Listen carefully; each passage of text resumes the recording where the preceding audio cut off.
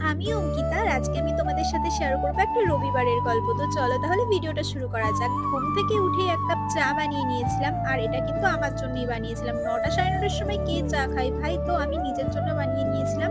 আর তারপরে একেবারে বিকালে চলে এসেছি বাজারে। আর মাঝে সারাদিন কি করেছি সেগুলো আর শেয়ার করা হয়নি। ওই ভুলে গেছিলাম আরকি।